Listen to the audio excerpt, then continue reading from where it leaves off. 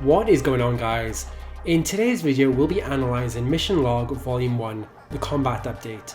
Nobody really wants to watch the 30-minute video, and if you do, good for you. I'll be introducing everything you need to know about the update in hopefully 5 minutes or less, so let's get started. 1. What kind of work has gone into making this update? A lot. Number 2. Why were the choices specifically made for the update? They admit that this game is too big. They're a very big, hard-working team, but it's far too big to design everything in the back room. They depend heavily on the feedback and need to implement that feedback too. Now, specifically, they need to look at the builds and what works really well and which builds don't work very well. So, what does this mean? It essentially means that they try and balance anything that becomes too overpowered. One of the points that the designers make in the rebalance was to extend the length of combat across the board. There were certain ships and builds, the Saladin possibly, that were very centralized into the combat meta because they relied on lots of upfront damage, i.e. damage in a very short amount of time. So this in turn decreased viability, officers and ships choices across the board. So what does this mean? There were fewer officers which provided enough value in short combat times. Officer combat ratios of health to damage were balanced more, which resulted in combat lasting a lot longer. 3. What was the biggest challenge you had when rolling out this update? Complexity and permutations, according to the designers. The designers said that a lot of assumptions they get from the data models tend not to be true. They often scrap the data they're using and actually start again. 4. Do you look at live data as well? The designers say that they can't simulate in their tables what is the meta of the game. The game is a very complex version of rock, paper, scissors essentially. It's the meta that decides what is effective. If people keep running around with rocks, then improving the combat of scissors doesn't really help you. After the update, everyone would be turning to scissors instead. Understanding the meta is vital in understanding everything. To comprehend what is happening, you can't rely on the data and you can't rely on internal playtests. Instead, they need to rely on their live accounts, conversations, and players and GC/Alliance chats. This is essential in understanding the complexity of this combat update. 5. We're seeing base power has gone up. Was this as intended? The power inside the game is just an accumulation of stats. The formula is exactly the same. The hostile generates the same strength as a station does, the same way as a player's ship does.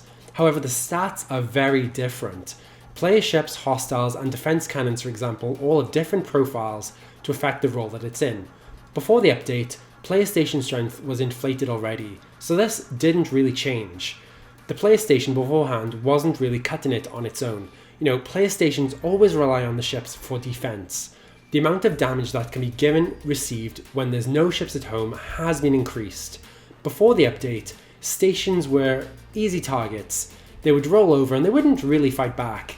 Considering the amount of time the players invested in those defense platforms, it didn't seem like a good dynamic.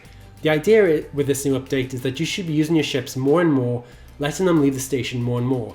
So the current station, allows that now. When you have what you might have noticed, similar to higher level hostiles, stations are not direct equivalents to ships anymore. Players will eventually find out what this relationship is, and we might even find a better formula. But right now, what's more important is that the formula recognizes the amount of stats on one entity. 6. We know that the Not So Mayflower was updated, but the other faction ships were not updated that much. Why is that? Well, they're already performing pretty well according to the developers. If they updated all the other ships as well as the Mayflower, then the update becomes pretty moot. 7. With this update, will we be seeing more PvP events? Before the game went live, we had a lot of really aggressive PvP events ongoing. This is according to the developers. Since the game launched, not everyone was happy with the pure PvP event. One of the questions we kept on asking ourselves, how can we make PvP more possible without enforcing it on players? 8. Will we see an update to officers? The developers said that this requires a lot more work than the ship updates, but they're constantly gathering data for officers in this respect. 9.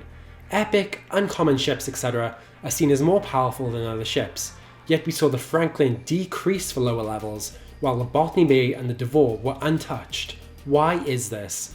This update was specifically for the faction ships which needed rebalancing. We will always be looking at other ships in the future and what needs help next. This is the content of the developers. 10.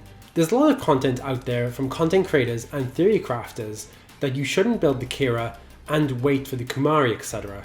Was there any reasoning behind this, and why wasn't this looked at? Well, it depends a lot on your strategy and the way you're progressing throughout the game.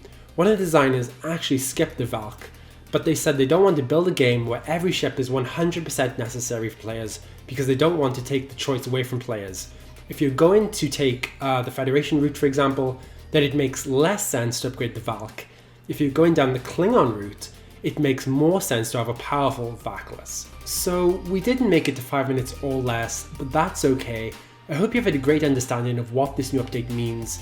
There's a lot of stuff in this 30-minute video to cover and little time to do it.